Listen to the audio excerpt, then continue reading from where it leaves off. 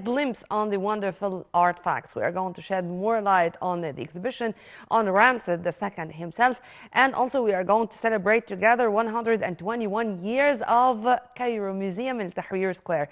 All this with our dear guest via phone, Mr. Ahmed Nour, our historian and researcher. Thank you very much for being with us, sir. Thank you, Nermeen. Good morning. Good morning, sir. Before going into details, I'd like to know more about Ramses II, not only about his campaigns and about his history, but about being the very first pharaoh who had a passport. And it was written like that: Egypt king, between two brackets, deceased. How about that? Ramses II is a special one. Ramses II, we have 11 pharaohs who received the name Ramses. The most important one was Ramses II, who ruled Egypt around 67 years, and he died in 92 years old. He's a famous one because in everywhere you go, you will see something belongs to this pharaoh. The famous temple of Abu Simbel, the hypostyle hall in Karnak temple, 134 column belongs to him and his father Seti First. The famous temple of Abydos belongs to him also and his father Seti First. When you go to the Lake Nasser, you will see many of the temples belongs to this king between Abu Simbel till Aswan. To the north, he constructed a new city, Perra, Messu, a new capital nowadays in this area near to Tanis or San El Hagar. So Ramses II in Memphis, you will find the famous statue, the huge statue of Ramses II, and the other one they removed to be nowadays in the Grand Egyptian Museum. And everywhere in the north, in the south, in Luxor, in Aswan, until Abu Simbel, you will find something belongs to this famous king of Ramses II. Nowadays, you are going to visit his temple in the west bank of Luxor, the Ramsio. This is famous one, not only for the construction, but also for the peace according of peace that he made after the campaign of Kadesh with Hattusil III, the king of Hittites in this area to the north of Syria and south of Turkey.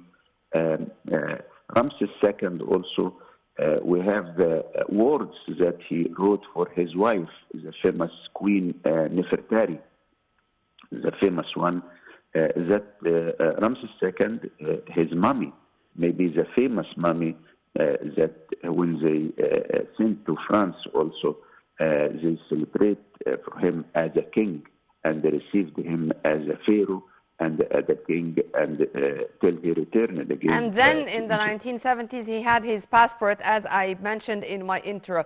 And also the sun rays which fall perpendicular on his face 2 times a year. And I think that he is the only pharaoh who did that 2 times a year. Once, I think it is his birthday, and the second when he occupied the position of being the ruler of Egypt.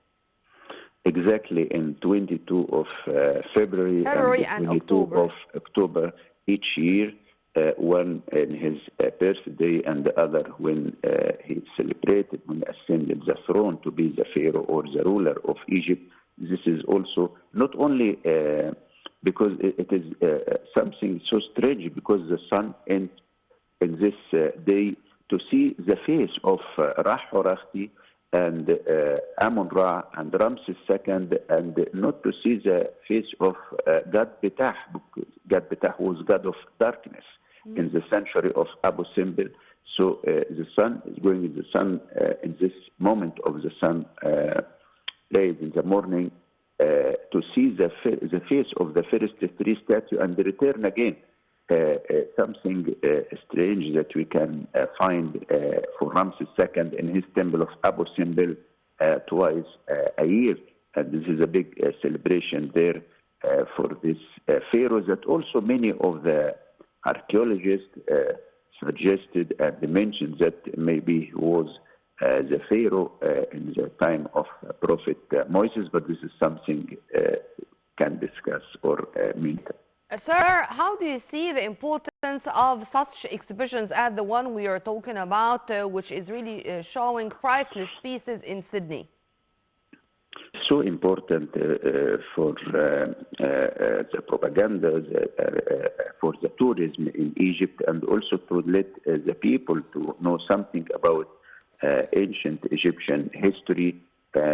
This exhibition in Sydney is so important. We can see that they sold more than 100,000 tickets before the inauguration of this exhibition there, and maybe the ticket of November sold out. So it's so important because those people who are visiting also sure that will ask and will read more and will know more, and then will think to come to see and to visit Egypt and to see the monument, because this is the best propaganda started in for this exhibition was 182 pieces in Houston Museum in November also 2021, and then removed for more than one city in other country. And this is the fourth step in Sydney, and after that will return again to Egypt. So it's a propaganda, and the best propaganda for our country and for our culture and for our history. And sure that many people, thousands and thousands of people who are visiting will think and plan to come and to visit Egypt. Yes, sir. And let's go now to our museum in Tahrir Square, as we are celebrating 121 years since its establishment. You know, many people would say that when the Grand Egyptian Museum is going to be inaugurated that soon, well, all the lights are going to go to the Grand Egyptian Museum, and the Tahrir Square Museum is not going to have this glory anymore. True? It's not true, because we will continue it will continue to be a museum, the Egyptian Museum in Tahrir Square. You can imagine that it was inaugurated in 1902. We are celebrating 121 years. The building itself is a monument, contains inside more than 100,000 pieces. After they already they removed some of these pieces to the Grand Egyptian Museum, but the museum itself will contain these monuments from prehistoric period and all the kingdom, Middle Kingdom, and also the New Kingdom and the late period and the Greek-Roman period. We have more than, and will stay, more than 100,000 pieces in the Egyptian Museum in Tahrir Square, and this museum will continue as a museum and one of the most important museums in Egypt. And also we have more than 100,000 pieces in the store of the museum. So it is not difficult to have a collection and to add some. You know that they will, when we remove all the monuments of Tutankhamun for the Grand Egyptian Museum, we have another famous pharaoh. We can compare exactly with Tutankhamun, and we have two holes beside the hole of the jewelry of Tutankhamun for the silver pharaoh, like they call him Besusinus the first, from the late period, with his sarcophagus, with his mask, with his jewelry, and also the 22nd dynasty that they found. The pharaoh of this tomb, the silver pharaoh, sir, you were talking about, was also discovered intact? Exactly. It was discovered intact, but the problem is that it was discovered in 1945, in the period of the Second War, in 1945, so there were no propaganda like the tomb of Tutankhamun when it was discovered. But in this area of Tanis, to the east bank of Delta, they found tombs or intact tombs, untouched tombs, in this area of Tanis So for it's the time king. to show them up. But sir, one final question regarding the renovation of our museums and also the establishment of many other museums scattered all over Egypt. I mean, we are not going to focus only on Alexander, for example, but having a museum approximately in each province, in each governorate. How do you see the importance of that? It's so important because this is we have some governorate like Orgada, for example, and the Sharm el Sheikh and Kafr el Sheikh, when they opened in last few years museums there. They connect between the beach tourism and the cultural tourism, like Orgada and Sharm el Sheikh, for example. Big museums that were opened there. The people who are making beach tourism, when they visit this museum, exactly they plan to come to visit Cairo and to visit Luxor. So we have the quick visit and sometime overnight from Orgada to Cairo, or over days they come early and then they return again by the end of the day, because they had seen in this museum some of the monuments, some of the statues.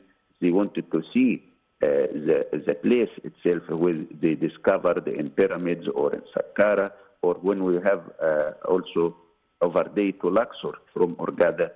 Many groups, they are coming just to visit Karnak Temple and Luxor Temple and the Valda Kings, Temple of Queen Hatshepsut, and return again to Orgada, 3 hours. So these museums in this governorate, it is also a propaganda for the other and added monuments in the other value places. to our tourism map in general. Well, Mr. Ahmed Noureddin, our researcher and historian, thank you very much for your input, sir. Have a very good day.